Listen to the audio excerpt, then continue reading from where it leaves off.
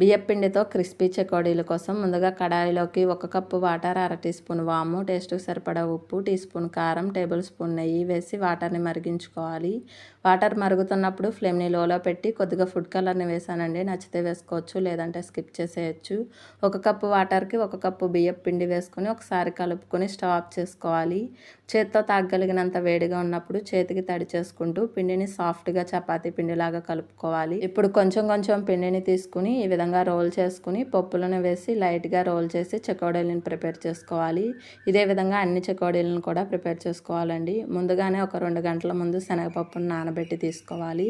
శనగపప్పు పూర్తిగా ఆరిన తర్వాత చెకోడీలను ప్రిపేర్ చేసుకోవాలి.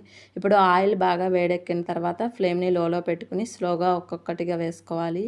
వేసిన వెంటనే కదపకోకుండా ఒక అర నిమిషం తర్వాత 2 వైపులా కలుపుకుంటూ క్రిస్పీగా అయ్యే వరకు లో ఫ్లేమ్లోనే ఫ్రై చేసుకోవాలి. చెకోడీలు వేగితే ఈ విధంగా నొరగ అనేది తగ్గిపోతుందండి. రెండో వాయి వేసేటప్పుడు వెంటనే వేయకోకుండా ఆయిల్ బాగా వేడెక్కిన తర్వాత ఫ్లేమ్ని లోలో పెట్టి క్రిస్పీగా అయ్యే వరకు ఫ్లేమ్ని లోలోనే ఉంచాలి. అంతేనండి, పప్పు చెకోడీ